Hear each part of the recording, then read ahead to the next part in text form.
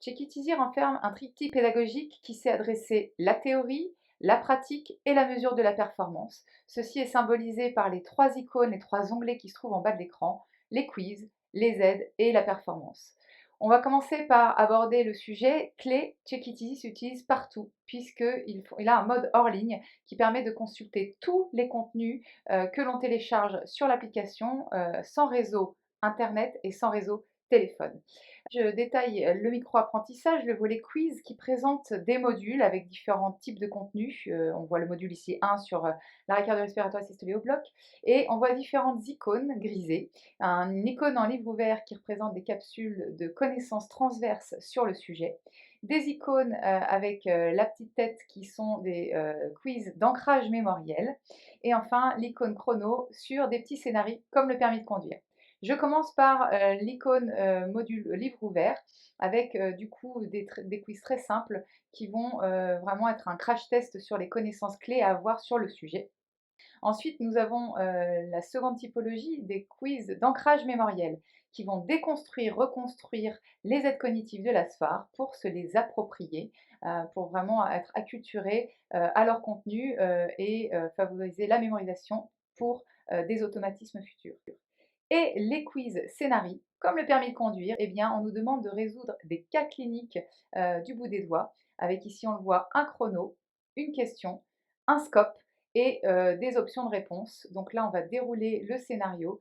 On peut zoomer au besoin sur le scope pour plus de lisibilité. Et donc, à mesure que l'on progresse, eh bien, évidemment, nous avons accès à tous les scorings, notamment les logs de bonnes ou mauvaises réponses que l'on peut consulter en vue d'éviter les erreurs. Voilà, les icônes se colorent à mesure que l'on les complète. En jaune, si on a moins de 80% de bonnes réponses, et en vert, si on a obtenu 80% ou plus de bonnes réponses. Mais la force de Check It Easy, c'est qu'on peut consulter à la fois sa progression, mais également on peut consulter la progression d'une équipe. Là, on voit une vue administrateur ou possiblement un chef de service, un formateur peut avoir un visu sur tous les scorings de ses apprenants en temps réel, zoomer sur certains cas, voir en détail ce qui a été acquis. Et donc ces acquis permettent de passer à la pratique. Pour la pratique, on active les checklists interactives, que ce soit sur mannequin en simulation ou sur patient. On peut activer ces checklists qui reprennent exactement les aides cognitives de la SFAR, qui sont très fidèles et qui font du pas à pas, donc qui allègent la charge cognitive durant l'exécution.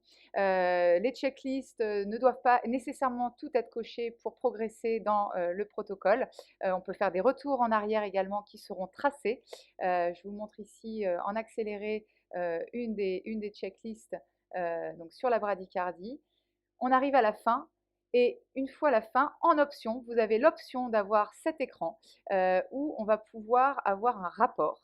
Donc voici le rapport avec la traçabilité du binôme leader-lecteur, le temps écoulé, l'horodatage, et on revient comme on le souhaite sur ce qui a été coché, pas coché, sur l'ensemble des étapes.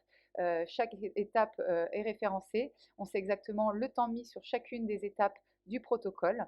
Donc ceci permet un débriefing en bonne et due forme, en ayant vraiment une source objective à commenter. On peut commenter du coup ici directement dans l'application. Donc là, en l'occurrence, je suis Virginie, je commente. Voilà, je me suis détachée. Maintenant, je vois le rapport dans mon onglet performance. Je peux revenir en détail du coup sur ce que j'ai fait. Je vois que si je vais sur Dr Baron, elle aussi, qui était mon binôme, cette référence. Et donc, elle aussi, là, je me suis mis en vue Baron. Dr Baron va pouvoir commenter et donc instantanément, son commentaire sera ajouté sur ce rapport. Voilà, on a une évolution ici des commentaires et on peut envoyer à un tiers son rapport, chef de service, formateur ou autre, pour attester de sa pratique.